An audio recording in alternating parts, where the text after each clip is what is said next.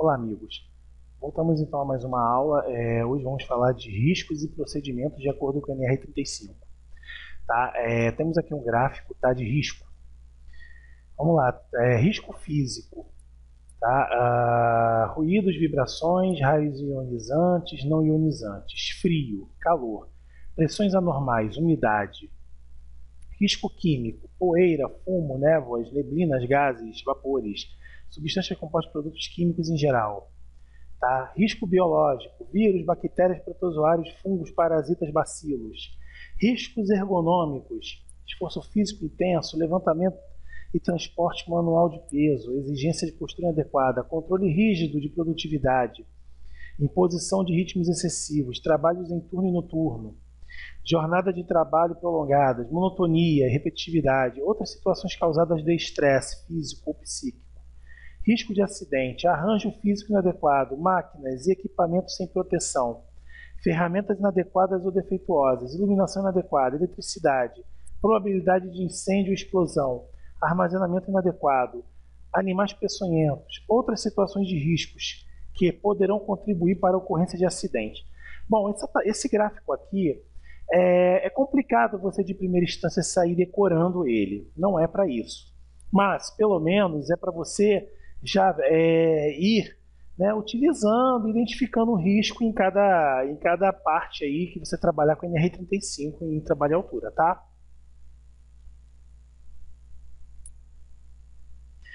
A análise de risco deve, além dos riscos inerentes ao trabalho à altura, considerar o local em que os serviços serão executados e seu entorno. Deve ser avaliado não somente o local onde os serviços serão executados, mas também o seu entorno, como a presença de redes energizadas na proximidade, trânsito de pedestres, presença de inflamáveis ou serviços paralelos sendo executados. Se, por exemplo, para realizar uma tarefa, se planejou utilizar um andaime móvel, é necessário verificar se o terreno é resistente, plano e nivelado. Caso contrário, outra solução deverá ser utilizada. Porque, assim, veja só, meus amigos, se o terreno ele é plano e nivelado, por quê? No caso de um andaime, se o terreno não for plano, o andaime vai ficar torto, vai oferecer risco. Se ele não for nivelado, quer dizer, se for um declive, o andaime vai descer e vai provocar um acidente, né? Se tem presença de tráfego de carro, de pedestre, para não fazer um acidente secundário, né? No caso de movimentação de passagem de carro, né? Sinalizar, isolar, né? Se não tem rede elétrica próximo, posto de gasolina, risco de explosão, tudo isso tem que ser analisado, tá? Não é só a manutenção da altura em si, mas o seu entorno que pode provocar outros acidentes. Riscos e procedimentos. Aqui eu acabei de falar, que o andaime, né, ele está sinalizado, está isolado, tá? Ele está próximo de uma rede elétrica, ele é um reparo de teto de um posto de combustível, envolve altura, tá? E risco de explosão, porque temos aqui combustível, né? Então tudo isso não pode ser ignorado, tá? Aí temos a NR10, né? E temos a NR33 devido aos tanques. O isolamento e a sinalização no entorno da área de trabalho é fundamental. O estabelecimento dos sistemas de pontos de ancoragem estende-se por sistemas de ancoragem com os componentes definitivos ou temporários, dimensionados para suportar impacto de queda, aos quais o trabalhador possa conectar seu equipamento de proteção individual, diretamente ou através de outro dispositivo, de modo que permaneça conectado em perda de equilíbrio, desfalecimento ou queda. Porque não adianta só estar no andaime, não adianta só estar na escada. Tem que ter o seu EPI conectado, que é o cinto, que é o trava-quedas, que é o talabarte, fixado com um ponto de apoio firme em caso de desequilíbrio ou queda. Tá? Ele vai ser amortizado pelo EPI. Além de resistir a uma provável queda do trabalhador, a ancoragem pode ser para restrição de movimentos, sempre. O sistema de restrição de movimentos impede o usuário de atingir locais onde uma queda possa vir a ocorrer. Sempre que possível, esse sistema que previne a queda é preferível sobre sistemas que buscam minimizar os efeitos de uma queda, sempre. Tá? Então não adianta só, meus amigos, ter o sistema de ancoragem, ter a escada, ter no caso, como é que eu vou chamar? O sistema de ancoragem em si. Tem que ter o equipamento individual, tá? Devido a eventual queda, não adianta, tá? Então, é um conjunto, é um agrupamento de fatores que vão minimizando e trazendo uma maior segurança à vida do trabalhador. Riscos e procedimentos, como eu expliquei no trânsito, ó, que é uma via, uma rua com passagens de pedestres e carros. Olha aqui a sinalização, corretamente bem feita, isolamento e ele fazendo a manutenção do fio. Então, tudo isso é importante para o resultado com sucesso e a prevenção total da vida do trabalhador. Quem está fazendo o trabalho diretamente e aqueles que estão envolvidos, com o seu capacete, tudo bonitinho como tem que ser. Esse aqui sinalizando, mostrando que tem um desvio, é isso que deve ser feito mesmo. As condições meteorológicas adversas, como condições climáticas, estende-se ventos fortes, chuvas, descargas atmosféricas e tudo mais, desde que possa comprometer a segurança e a saúde dos trabalhadores.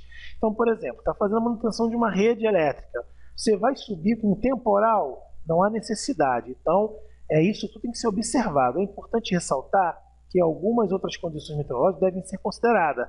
Baixa umidade atmosférica, por exemplo, desde que comprometa a segurança e a saúde do trabalhador. Do trabalhadores, pode ser considerada uma análise de risco e no estabelecimento de medidas de controle. Então, a análise de risco leva tudo em consideração isso, tá? Em volta do torno, o local onde está, os riscos oferecidos, tem que ser analisado.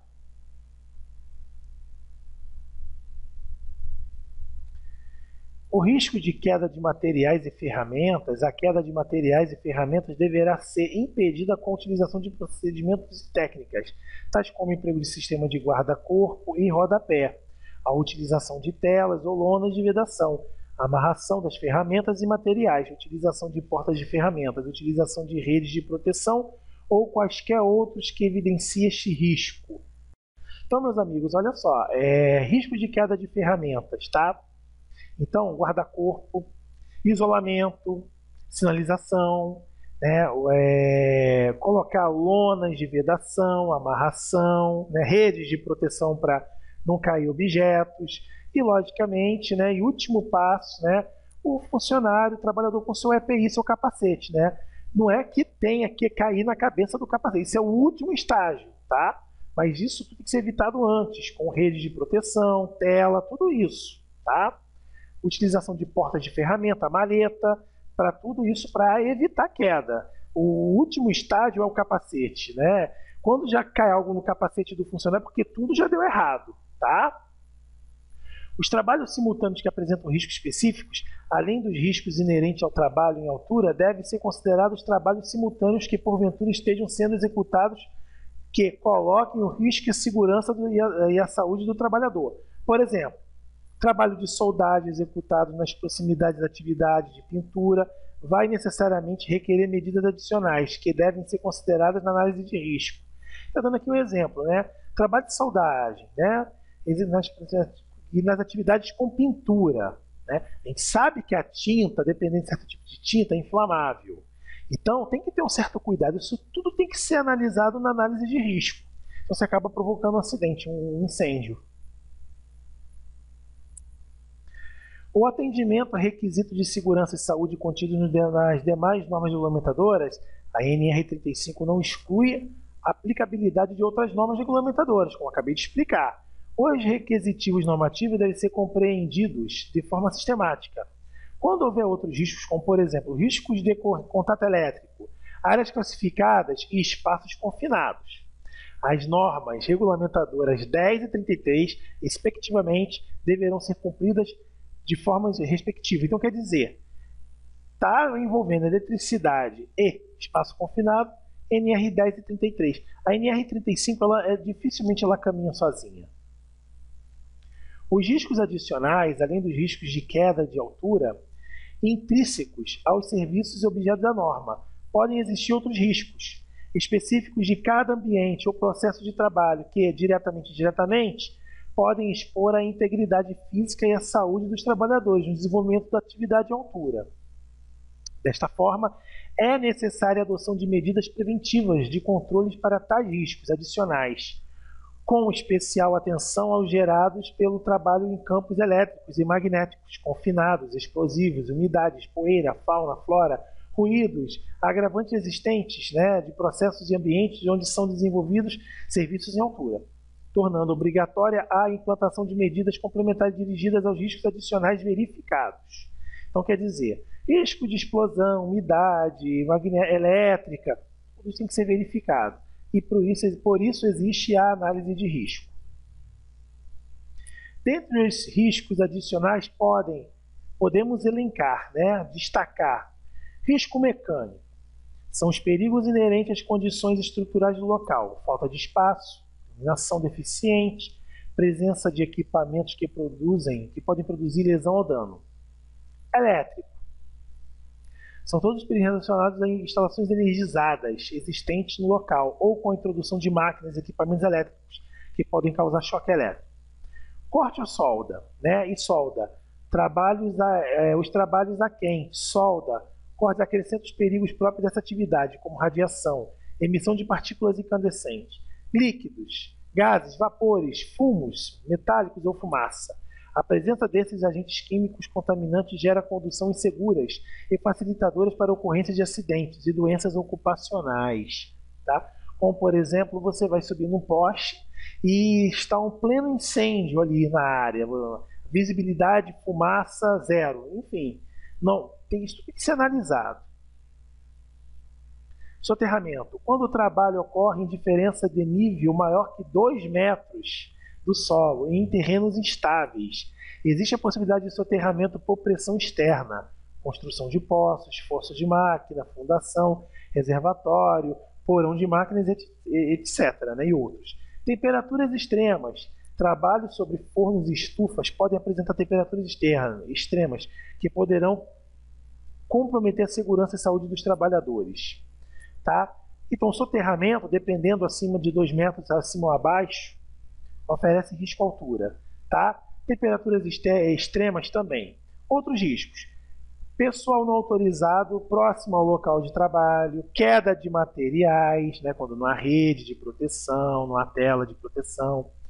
Energia armazenada, quando você vai trabalhar na manutenção de um poste, você não desliga, não pede desacionar o cabo de energia, Então você está procurando acidente. O acidente ele não foi amenizado, evitado.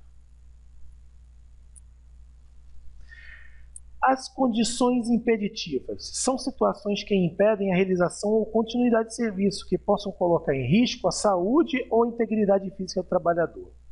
Tá? Mas, Douglas, que condições impeditivas? Meteorologia, tá? Você vai fazer a manutenção de um cabo de telefonia com pleno incêndio no poste, ou com incêndio de fumaça próximo, ou um terrível temporal cheio de raio relâmpago. Não há necessidade disso. Tá?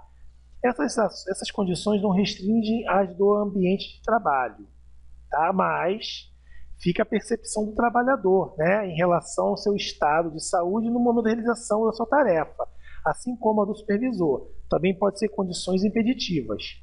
Tá? Então, quer dizer, tudo é um bom senso. Então, uma coisa é você ver o tempo nublado, vai chover. Você pode até fazer a manutenção, mas está caindo um verdadeiro dilúvio. Vento, relâmpago, trovoada, enfim, não há necessidade, certo? As situações de emergência e o planejamento do resgate, primeiros socorros, de forma a reduzir o tempo de sustentação e suspensão inerte do trabalhador. Na análise de risco, devem ser previstos possíveis cenários de situações de emergência e respectivos procedimentos e recursos necessários para as respostas de resgate e primeiros socorros. A queda não é o único perigo no trabalho em altura. Ficar pendurado pelo cinto pode ser perigoso devido à prolongada suspensão inerte. Suspensão inerte é a situação em que o trabalhador permanece suspenso pelo sistema de segurança até o momento do socorro. Pois é, Então é o seguinte, olha só, a suspensão inerte é quando o trabalhador ele sofre a queda, só que ele está com trava-quedas e com cinto de segurança, ele fica ali preso inerte até o socorro, tá? Então é o seguinte, é muito melhor que a queda direta sem nenhum, né, auxílio, mas isso não é o ideal. Por quê? Quando acontece isso, algo deu errado, alguma coisa ficou faltando, tá? Algo não foi feito corretamente nas conformidades, tá? A necessidade de redução do tempo de suspensão do trabalhador se faz necessária devido ao risco de compressão dos vasos sanguíneos e ao nível da coxa, com a possibilidade de causar trombose venosa profunda e suas possíveis consequências. A pessoa fica pendurada ali por uma corda, né? Pelo cabo, por muitas horas, ele vai ter problemas sanguíneos de circulação e isso não é bom. Isso causa, isso vai causar com certeza problemas à integridade e saúde física do trabalhador, com certeza. Para reduzir os riscos relacionados à suspensão inerte provocada por cinto de segurança, o empregador deve implantar planos de emergência para impedir a suspensão prolongada e realizar o resgate e tratamento o mais rápido possível. Quanto mais tempo a vítima ficar suspensa, maior será o risco à sua saúde, claro. É por isso que eu digo, além da equipe, da análise de risco, tem que ter uma equipe de resgate pronta, experiente para fazer o resgate dessa pessoa, sempre, entendeu? Então, quer dizer, isso é fundamental, ainda mais em grandes alturas.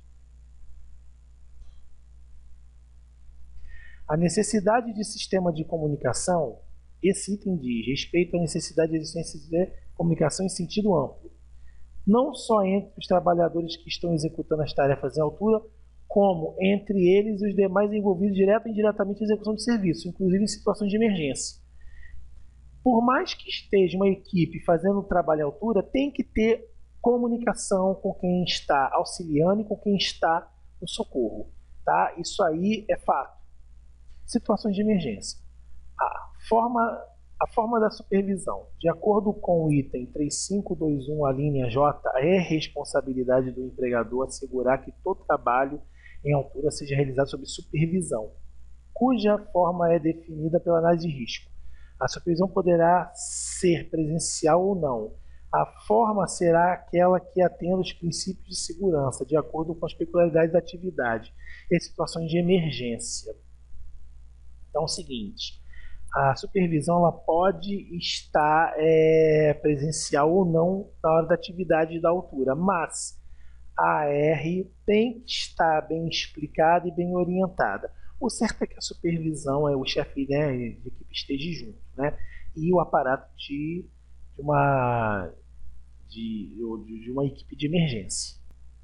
Para as atividades rotineiras de trabalho em altura, a análise de risco poderá estar contemplada no respectivo procedimento operacional.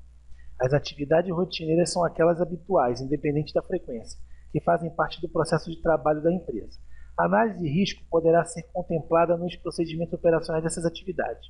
Muitas atividades são executadas rotineiramente nas empresas. O disposto neste item diz respeito à exclusividade, a excluir a obrigatoriedade da realização de uma análise de risco documentada anteriormente, a cada momento de execução dessas atividades, desde que os requisitos técnicos de análise de risco estejam contidos nos respectivos procedimentos. Então vamos lá. As atividades de rotina, tá? A análise de risco poderá estar contemplada no respectivo procedimento operacional. Então é o seguinte, as atividades rotineiras são aquelas habituais, independente da frequência, que fazem parte do processo. A análise de risco poderá ser contemplada nos procedimentos operacionais dessas atividades. Muitas atividades são executadas rotineiramente nas empresas. É verdade. Tá? Então, quando é uma atividade de risco rotineira que não muda, que é fixa, ela só tem que estar formada na R e você tem que seguir com o trabalho. Tá? Agora, quando se encontra algo que é imprevisto, e caramba, eu fui fazer a manutenção de um trabalho à altura em um poste e eu detectei que junto ao cabo de telefonia está agrupado cabo de energia, estão misturados, não estão entrelaçados. Isso é uma alteração, tem que ser comunicado, tá, o supervisor de equipe, essa AR vai mudar, entendeu? Porque não é uma saiu da rotina, entendeu? Quando sai da rotina, sim, tem que ser repensado, refeito, tá? Os procedimentos operacionais para as atividades rotineiras de trabalho em altura devem conter, no mínimo, as diretrizes e requisitos da tarefa, as orientações administrativas, o detalhamento da tarefa, as medidas de controle dos riscos característicos, a rotina, as condições impeditivas, os sistemas de proteção coletiva e individual necessários, as competências e responsabilidades. As atividades de trabalho em altura não rotineiras devem ser previamente autorizadas mediante a permissão de trabalho. Tá? Então, olha só, quando são atividades não rotineiras, tem que ser informada previamente na PT. Como são atividades não habituais, não há exigência de procedimento operacional. Dessa forma, é necessária a autorização da sua execução por meio de permissão de trabalho. Sempre. A permissão de trabalho deve ser emitida, aprovada pelo responsável, pela autorização da permissão, disponibilizada no local de execução da atividade e, ao final, encerrada e arquivada de forma a permitir a sua rastreabilidade. Então, o chefe de equipe ele é responsável por abrir e fechar. Qualquer alteração, ele tem que informar. A permissão de trabalho objetiva autorizar determinada atividade, que deverá estar corretamente descrita e delimitada na permissão.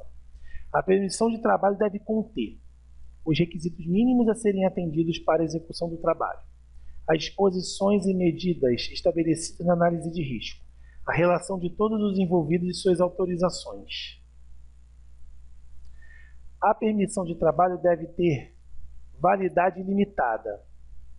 A duração da atividade restrita ao turno do trabalho, podendo ser revalidada pelo responsável, pela aprovação das situações em que não ocorram mudanças nas condições estabelecidas ou na equipe de trabalho.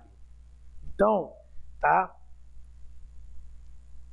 A PT deve ter o quê? Uma validade limitada. Ela não tem validade limitada. Tá? A permissão de trabalho tem uma validade limitada, que é o quê? De acordo com a duração da atividade, restrita ao turno de trabalho. Então, aquele turno que está trabalhando ali tem a sua PT. Então, tudo que acontecer está ali. Ela tem que abrir e tem que ser fechada. Ela tem uma duração. Tá? Agora, isso em casos que não há nenhuma mudança brusca na rotina. Tá, outra coisa também que tem que ser englobado: equipamento de proteção individual, acessórios, sistema de ancoragem, equipamento de proteção EPI, tudo isso, tá, tem que estar atrelado a PT e a AR. A seleção do sistema de proteção individual deve considerar as cargas aplicadas, elementos do mesmo, em caso de eventual queda e os valores obtidos multiplicadores por fatores, denominados fatores de segurança, que são definidos em normas técnicas específicas. Então, olha só, a seleção do sistema de proteção individual deve ser considerada de acordo com o tipo de altura, e se vai trabalhar com certo tipo de peso, elevação de peso em altura, aí sim, isso quem tem que avaliar é o chefe de equipe, tá? A cada tipo de equipamento que vai ser utilizado. Os resultados obtidos deverão ser comparados com as especificações dos equipamentos, selecionados para verificar sua adequação. Ressalta-se que deverá ser observado, além da carga aplicada nos sistemas de proteção individual, o impacto sofrido pelo trabalhador, o objetivo de minimizar possíveis lesões quanto à queda. Bom, porque temos o hábito de, estou usando o EPI. Vai acontecer um acidente, mas eu estou usando o EPI. Bom, olha só, é o seguinte, antes de atingir o EPI, já tem que estar uma série de procedimentos feitos para nem chegar no EPI.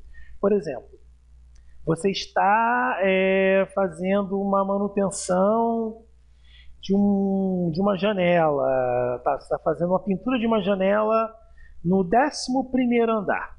Aí você está com um balde de argamassa lá fazendo o reparo da janela, só que esse balde está bem assim no parapeito da janela, sem nada que segure, beleza. Não tem sinalização, né? Não tem isolamento, não tem nada. E Não tem rede de proteção, tem tela, não tem nada, enfim. Aí o funcionário passa, o outro vem e derruba. Bom, a questão é a seguinte, o funcionário está embaixo, ele está até com EPI. Mas veja só o peso disso e a velocidade que isso vai cair do 11º andar. Um balde de argamassa tá, de mais ou menos 10 quilos. Você acha que o EPI, um capacetezinho, vai suportar, meu amigo? Então, jogar tudo no EPI é complicado. Deve-se primeiro adotar medidas anteriores, tá? Procedimentos sensatos, bem feitos, corretos, antes de contar com a utilização do EPI. EPI é a última utilização, é o estado extremo que chegou, porque o certo é nem chegar no EPI. A segurança já está prevista muito antes. Na seleção dos EPIs, deve ser considerado, além dos riscos ao que o trabalhador está exposto, os riscos adicionais. Em algumas circunstâncias, o EPI deve, além de garantir a eficácia na retenção da queda do trabalhador, garantir que estes sejam adequados aos riscos adicionais que possam existir no local de trabalho, tais como produtos químicos, respingos, soldas, abrasão. Tá? Na aquisição e periodicamente devem ser efetuadas inspeções do EPI, sempre, claro, acessórios de sistema de ancoragem, destinados à proteção de queda e altura, recusando-se os que apresentarem defeito ou deformações. Apresentou defeito e deformação? Não deve usar. Deve trocar-se por um outro EPI em perfeito estado. A empresa deve estabelecer uma sistemática de inspeção na aquisição e recepção dos equipamentos periodicamente. É responsabilidade da empresa e do empregador a manutenção e a qualidade desse EPI e do empregado, bom uso. Tá? Então aqui, em relação ao EPI, tá, a questão da retenção da queda, né, a eficácia, né? Então, outro exemplo clássico aqui que eu vou dar para você, tá, como o uso do EPI. Ah, Douglas, eu estou subindo uma escada mas eu estou usando aquela escada que tem trava-quedas, né, guincho e tem um cinto, beleza. Aí escorreguei e fiquei pendurado. Bom, se você escorregou e ficou pendurado, alguma coisa está errada. Graças a Deus que você tem o EPI para te salvar. Mas o certo é você estar com o EPI, mas nem precisar dele. Por quê? Porque quando você está fazendo os procedimentos corretos, o EPI ele não entra em função. Ele só entra em função EPI que quando já chegou no estágio extremo. Entendeu? Já veio uma série de erros sendo faltado, igual a questão do balde cair do 11º andar e atingir a cabeça do funcionário com EPI. Desnecessário. Por que isso aconteceu? Porque uma série de fatores já estavam errados e veio a utilizar o EPI. Antes do início dos trabalhos, deve ser efetuada inspeção rotineira de todos os EPIs, acessórios, sistema de ancoragem. Sistema de ancoragem, cinto, trava-quedas, talabarte, né? A inspeção está usando rede, telas, grades, né? Se por acaso a altura tem espaço confinado, isolamento, tá? E sinalização, tudo isso são fatores que antecipam o problema. Essas inspeções devem fazer parte da rotina de toda atividade de altura, minuciosa verificação das condições de segurança, integridade de todos os dispositivos de segurança ao trabalho à altura deverá ser realizado. Registrar os resultados das inspeções, sempre na aquisição, periodicamente, tudo. Os EPIs, acessórios e sistemas de ancoragem que apresentarem defeitos, degradação de informações ou sofrerem impactos de queda devem ser utilizados e descartados, exceto quando sua restauração for prevista em normas técnicas nacionais. Na sua ausência, normas internacionais. O EPI ele pode ser até restaurado, né, consertado, mas caso não for, descartado e é um novo. Quando apresentarem defeitos, degradação de informações ou sofrerem impacto de queda, pontos de ancoragem, cinturões de segurança, talabartes, observador de energia, cabos, conectores e trava-quedas devem ser descartados e inutilizados para evitar reuso, sempre. Então, meus amigos, é isso, tá? Falamos um pouco sobre o uso de EPI. Na próxima aula, a gente vai continuar trabalhando o uso de EPI e ferramentas, tá? E seu uso. gente se vê numa próxima aula, então. Tenha uma boa semana, até a próxima. Aquele abraço.